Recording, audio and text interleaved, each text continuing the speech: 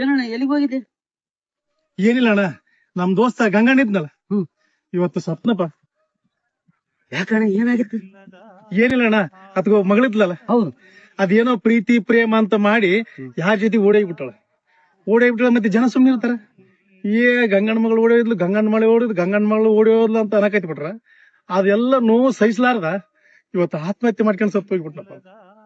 ಅಣ್ಣ ನಾನು ಬರ್ತನಲ್ಲಣ್ಣ, ಮಣ್ಣು ಆಯ್ತಾ ಏನ್? ಮಣ್ಣು ಆಯ್ತಣ್ಣ, ಮಣ್ಣು ಮಾಡಕಲ್ಕ ಏನೇನಾದೇನ್ ನೋಡ್ರಪ್ಪ ಅಂತಂದ್ರು. ನಾನೇ ಕುಣೆಗಿಳಿದ ತನ್ನ ಜೇಬಾಗ ನೋಡಿದೆ ಏನೇನಾದೇನಂತಂದ್ರೆ ಏನಿದ್ದಿಲ್ಲಪ್ಪ, ಇದೊಂದು ಚೀಟಿ ಮಾತ್ರ ಸಿಕ್ತು. ಇದು ನನಗ ಓದಕ್ ಸಾಲಿ ಬರಂಗಿಲ್ಲಪ್ಪ, ಅದಕ್ಕೆ ಇದು ಏನಾದ ಸ್ವಲ್ಪ ಓದಿ ನೋಡಿ ಅಣ್ಣ. ಮಗಳೇ, ಹೆಣ್ಣು ಹುಟ್ಟಿದ ಮನೆಗೆ ಕೀರ್ತಿ ತರುವವಳಾಗಬೇಕೇ ಹೊರತು ಮದುವೆ ಎಂಬ ಕಟ್ಟಳೆ ಮೀರಿ ತೊಟ್ಟಿಲು ಕಟ್ಟುವಳಾಗಬಾರದು. ಅದಕ್ಕೆಂದೇ ಹೇಳುತ್ತಾರೆ, ಹೆಣ್ಣು ಬಾಳಿನ ಕೆಡಕು ಬಿಡಿಸಲಾಗದ ಒಗಟು ಎಂದು. ಮುಂದೆ ನಿನಗೂ ಒಂದು ಹೆಣ್ಣು ಮಗು ಹುಟ್ಟಿದಾಗ ಆ ಹೆಣ್ಣು ಮಗುವನ್ನು ಬಹಳ ಚೆನ್ನಾಗಿ ಬೆಳೆಸು. ಯಾಕೆಂದರೆ ನಾನು ನನ್ನ ಮಗಳನ್ನ ಜೀವಕ್ಕಿಂತ ಅತಿಯಾಗಿ ಪ್ರೀತಿಸಿ ಅವಳನ್ನು ಅಷ್ಟೇ ಬಲವಾಗಿ ನಂಬಿದ್ದೆ.